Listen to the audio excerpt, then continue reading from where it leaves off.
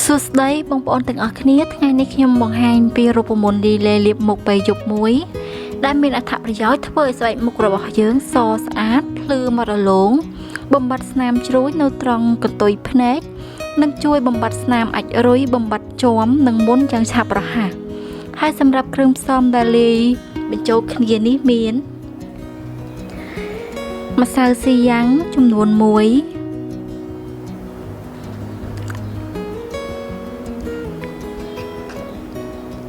មីណាជ្រុងចំនួន1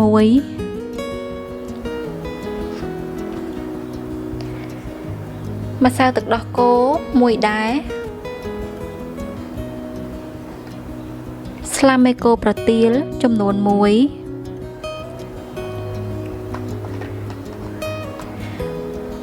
1Flucort N ចំនួន1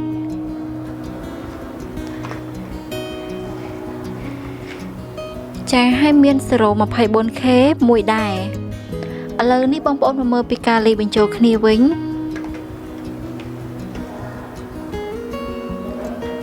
ចាយកកូនចានមួយ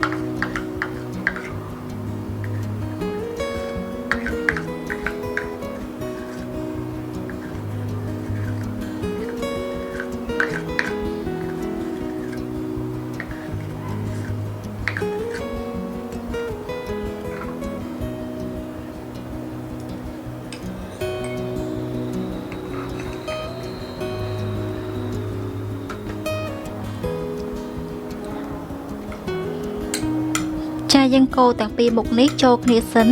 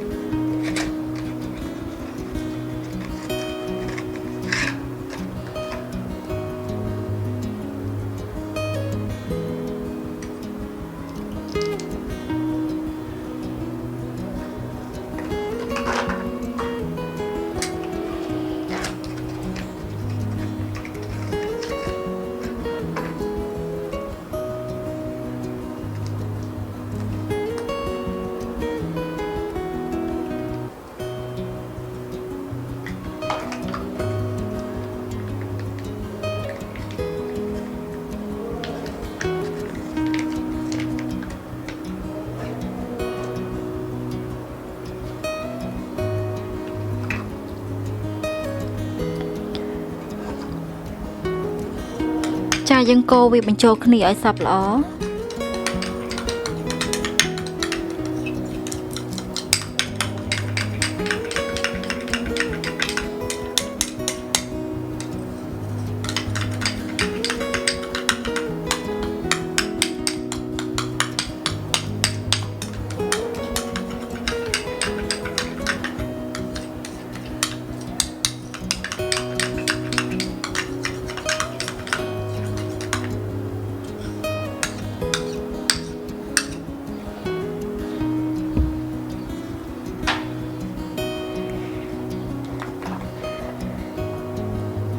ចាបន្ទាប់ពីបងប្អូនកូរវាសព្វហើយគឺអាចទុកដាក់ក្នុងខ្លងឲ្យបានស្អាត